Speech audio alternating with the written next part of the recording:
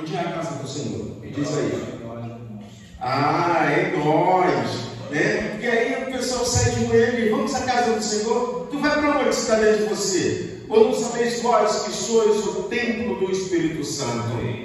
Ao mesmo tempo, nós começamos a ideia de que determinadas coisas ou lugares são consagrados, quando na realidade, na minha caminhada cristã, o consagrado tem que ser eu. Eu sou consagrado ao Senhor, eu sou chamado a uma vida, uma experiência de santidade ao Senhor, eu sou chamado a viver o melhor de Deus todo instante. Amanhã vai ser melhor do que hoje, depois de amanhã vai ser melhor do que hoje, e assim sucessivamente. Vivemos agora com as pessoas aguardando a volta de Jesus, mas tem muita gente esperando sentado, né? E a ordem do Senhor Jesus não foi para ficar sentado, acomodado. Afinal de contas, Jesus pode voltar daqui a meia hora, daqui a um dia, daqui a 1000 anos. Sabe o que é importante? É acreditarmos na promessa. Se for hoje, se for amanhã, se for daqui a 1000 anos, eu vou morar com Ele. É essa a nossa visão. Ao mesmo tempo, o que significa para você obedecer a Jesus? Eu vou convidar você a abrir sua Bíblia e mantê-la aberta na carta do apóstolo Paulo aos Romanos, capítulo de número 6. E nós vamos caminhar nessa carta fazendo a leitura de alguns versículos. E o título da mensagem desta manhã é Vivendo uma Novidade de Vida. Capítulo de número 6 da carta do apóstolo Paulo aos Romanos. E eu estou me sentindo como o apóstolo Paulo aos Romanos porque eu não conhecia esta congregação. Da mesma forma, Paulo, quando escreveu essa carta, ele não conhecia a igreja em Roma. Ele conhecia a igreja em Roma de ouvir falar. Ele sabia o que estava acontecendo na capital do império. E ele sabia da firmeza daqueles irmãos, do impacto que aqueles irmãos estavam trazendo, estavam causando na vida de homens e mulheres perseguidos. Homens e mulheres que, por seguirem a Jesus, poderiam ser condenados ao martírio, serem condenados à morte. Vamos ver o que diz no texto bíblico? Romanos capítulo 6, versículo de 1 até o versículo de número 11, diz assim: Que diremos então? Continuaremos pecando para que a graça aumente? De maneira nenhuma. Nós que morremos para o pecado, como podemos continuar vivendo nele? Ora, vocês não sabem que todos nós que fomos batizados em Cristo Jesus, fomos batizados em sua morte? Portanto, fomos sepultados com Ele na morte por meio do batismo, a fim de que, assim como Cristo foi ressuscitado dos mortos mediante a glória do Pai, também nós vivamos uma vida nova. Se dessa forma, unidos a Ele, na semelhança da sua morte, certamente o seremos também na semelhança da sua ressurreição. Pois sabemos que o nosso velho homem foi crucificado com Ele, para que o corpo do pecado seja destruído, e não mais sejamos escravos do pecado, pois quem morreu foi justificado do pecado. Ora, se morremos com Cristo, cremos que também com Ele viveremos, pois sabemos que, tendo sido ressuscitado dos mortos, Cristo não pode morrer outra vez. A morte não tem mais domínio sobre ele, porque morrendo, ele morreu para o pecado uma vez, para todas, mas vivendo, vive para Deus. Da mesma forma, considerem-se para o pecado mortos, mas vivos para Deus em Cristo Jesus. Amém. Oremos ao Senhor. Pai querido, continue falando aos nossos corações neste momento em que nos reunimos aqui. Manifesta o teu poder em nossas vidas e que a tua palavra possa falar plenamente tudo aquilo que tu desejas a cada um de nós, no nome de Jesus. Amém. Quando a gente pensa em uma vida nova, uma vida boa.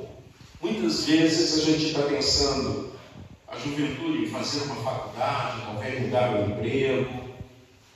O casal começa a pensar em ter filhos e imaginar como é que vai ser a vida quando os filhos chegarem. Aí aquela pessoa assim, da minha faixa de idade, começa a pensar já numa aposentadoria, como é que vai ser essa vida de aposentadoria. E a gente está sempre fazendo planos. Porque se você parar de fazer planos, você parou de viver. Se você parar de sonhar, você para de viver. E eu conheço pessoas que já começaram a morrer há muito tempo.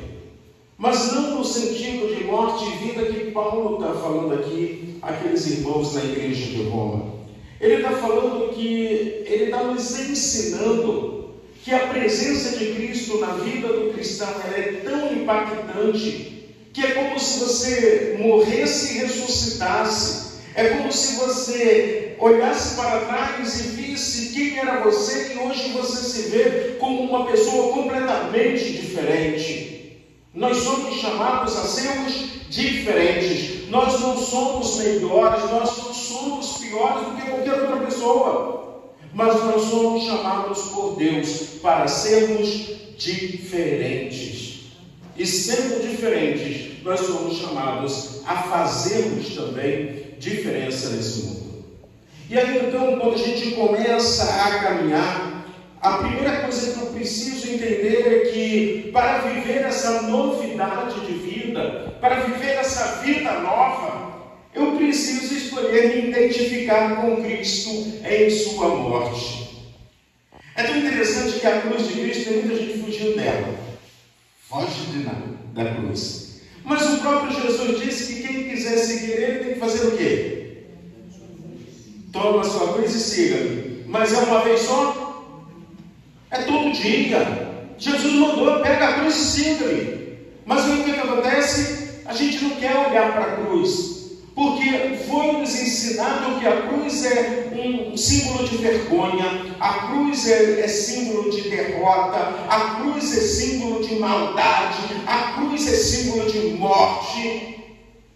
Quando na realidade, o que significa a cruz para o Senhor Jesus Cristo, o que significa a cruz para eu e você? Quando Jesus Cristo está gritando, está consumado, Jesus está gritando, chegou ao final, vencemos, porque é na cruz que Jesus resgata a cada um de nós. É na cruz que o Senhor Jesus Cristo leva sobre si os nossos pecados. É na cruz que nós temos vitória, a vitória. Por quê? Porque lá na cruz é que nossos pecados foram justificados no Senhor. Então, quando eu olho para a cruz, ou quando eu vejo a minha identificação com Cristo na sua morte, é porque eu entendo que Ele estava morrendo lá, mas eu estava junto com Ele, porque Ele levou sobre si as nossas dores. O castigo que nos traz a paz estava sobre Ele.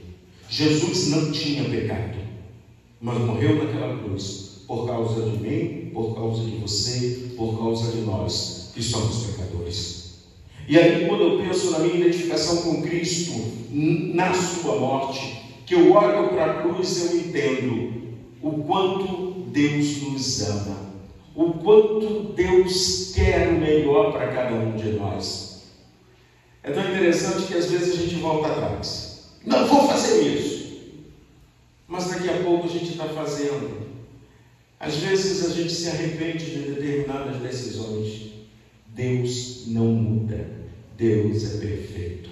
O salário do pecado é morte, mas o dom gratuito de Deus é a vida eterna em Cristo Jesus, nosso Senhor. Porque Ele morreu a nossa morte para que nele pudéssemos encontrar vida. Então, primeiro, eu preciso escolher e identificar a cada dia com Cristo em sua morte. Eu preciso tomar a minha cruz e seguir a Jesus. E a minha cruz não é sofrimento não, tá? Pense nisso. A minha cruz é entender que o Jesus que foi pendurado na cruz estava ali em obediência ao Pai. Não é outra coisa. Aquele Jesus que carregou aquela cruz, além de obedecer ao Pai, estava carregando aquela cruz, estava morrendo por nós, em amor a cada um de nós. Em segundo lugar, precisamos escolher nos identificar com Cristo também na sua ressurreição. É tão interessante que a gente olha para 2 episódios da vida de Jesus e não olha para toda a vida que Jesus esteve aqui nessa terra. É tão interessante que a gente fica preso nesses 3 dias de morte e ressurreição de Jesus. Mas Jesus ensinou, Jesus juntou pessoas, Jesus acolheu pessoas, Jesus amou pessoas, Jesus transformou pessoas, Jesus deu oportunidade para as pessoas escolherem se queriam ou não segui-lo. E aí, quando a gente olha para a ressurreição de Jesus, a gente diz: a morte foi vencida, a vitória chegou. Mas você anda no dia a dia como alguém que é vitorioso? Ou você anda reclamando? Você anda no seu dia a dia como alguém que teve uma experiência maravilhosa com esse Cristo, e aí então você entende que Ele preparou algo maravilhoso e que nós estamos aqui só de passagem, nós estamos aqui só por um momento. 70, 80, 90, 100, 110, quem vive um pouquinho mais vai chegar aos 112, 114 anos, mas isso é muito pouco, isso é muito rápido. Mas nós temos uma promessa que nós não olhamos para a promessa, não vivemos nesse mundo sonhando com a promessa. Achamos que tudo, o mais importante que temos é o dia a dia, o que eu posso tocar. Ou você crê ou você não crê na ressurreição do Cristo e na sua ressurreição para viver eternamente com Ele, para glorificá-lo eternamente, para estar vivendo uma experiência maravilhosa com Ele. Muitas vezes estamos nesse mundo e as pessoas olham e parecem que nós estamos caminhando para a derrota, para a desgraça. É tanta reclamação, é tanto choro, quando na realidade temos a convicção. A palavra do Senhor nos garante. Ele ressuscitou primeiro para mostrar que cada um de nós iremos ressuscitar um dia para vivermos eternamente com Ele. Em terceiro lugar, nós fazemos escolhas. E nós temos que escolher se queremos destruir a velha natureza, a natureza pecaminosa, ou se queremos caminhar com ela. É escolha. Eu sempre fui assim. Eu sempre fui desse jeito. E o que Jesus está fazendo na sua vida? Paulo está dizendo àqueles irmãos que eles tinham que destruir a velha natureza, destruir o pecado na sua vida. E é uma coisa que você precisa fazer todos os dias também. E uma das coisas mais importantes para o cristão é saber onde está a sua fraqueza. Você precisa saber onde está a sua fraqueza. Sabe por quê? No momento que você sabe onde está a sua fraqueza, você começa a se tratar. E eu estou dizendo tratar no aspecto espiritual, para que não possa cair nela. E aí ele diz: matar, destruir. É uma coisa assim muito pesada. A velha natureza, para vivermos algo novo, vivermos para Deus. E aí então, no versículo de número 11, eu vou até repetir esse texto, diz assim: da mesma forma considerem-se mortos para o pecado, mas vivos para Deus em Cristo Jesus. Amém. Então, a gente vive fazendo escolhas, umas certas, outras erradas, mas quanto mais distante estamos de Deus, o que acontece? Mais perto do pecado e da destruição. Quanto mais perto de Deus estamos, mais longe vamos ficando do pecado e da destruição. É uma escolha. Escolhemos se queremos andar perto daquilo que é agressivo, que é nojento, ou escolhemos andar perto da santidade, do amor e do cuidado do Senhor? É a escolha que fazemos na nossa vida. Mas quando a gente começa a decidir, a viver essa novidade de vida, o tema da Convenção Batista de Pernambuco, eu tenho uma crítica a ele. O povo de Deus tem que parar de usar o pronome pessoal do singular, primeira pessoa do singular. Nós temos que usar a primeira pessoa do plural. É nós.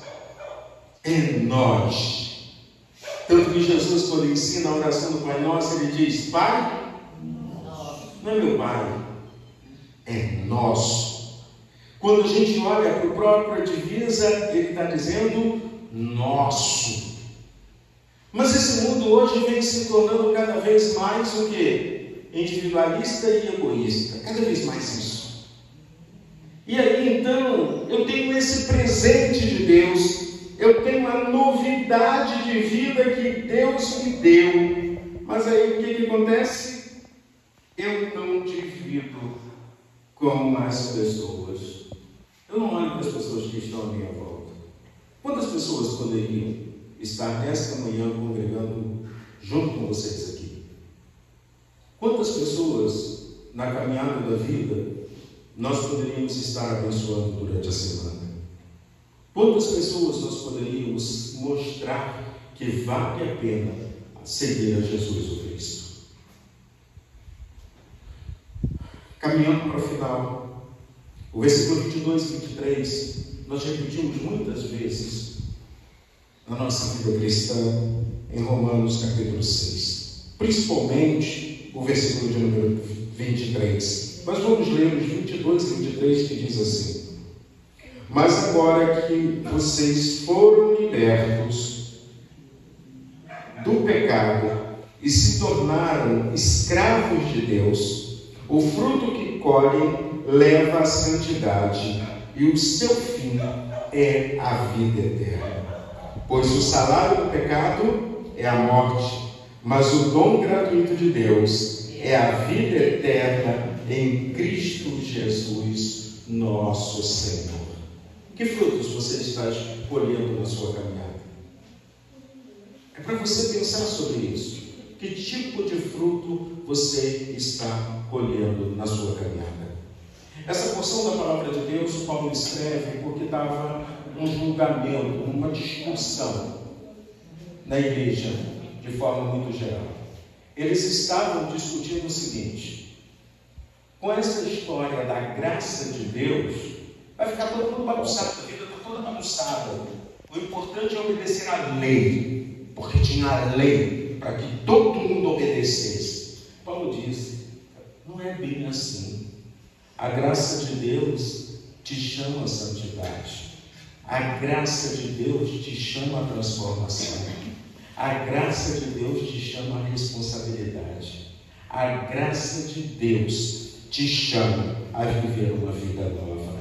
Porque é pela graça, e somente pela graça, que você é salvo.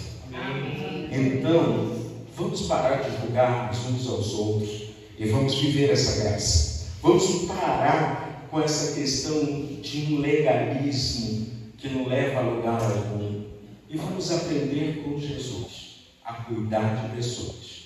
Porque ser igreja do Senhor Jesus Cristo é entender que fomos chamados a viver uma vida de amor. Porque estamos unidos com Cristo na sua morte. Estamos unidos com Cristo na sua ressurreição. Estamos unidos com Cristo no caminho da vida eterna. Amém. Que tipo de escolha nós temos feito? Como é que nós estamos no nosso dia a dia? Apenas temos um dia e algumas horas para adorarmos ao Senhor? Ou adoramos ao Senhor a todo instante? Apenas temos um dia ou uma hora para irmos a determinado lugar onde a congregação está reunida para dizer que ali estamos servindo ao Senhor? Ou servimos ao Senhor sentado numa fila de banco, aguardando um médico, ou no dia a dia, ou um vizinho que encontramos na caminhada, começamos a caminhar juntos? O servir ao Senhor é algo autêntico quando tomamos posse da vida nova que Jesus Cristo tem nos dado. Então, que Deus, no seu poder e na sua graça, abençoe ricamente a vida de vocês. E que vocês leiam o capítulo 6 de Romanos de uma maneira diferente, olhando para cada ponto desse que foram colocados nesta manhã, principalmente escolhendo destruir a velha natureza para viver como escravos, servos do Deus eterno, o Todo-Poderoso, porque Ele tem o melhor para cada um de nós.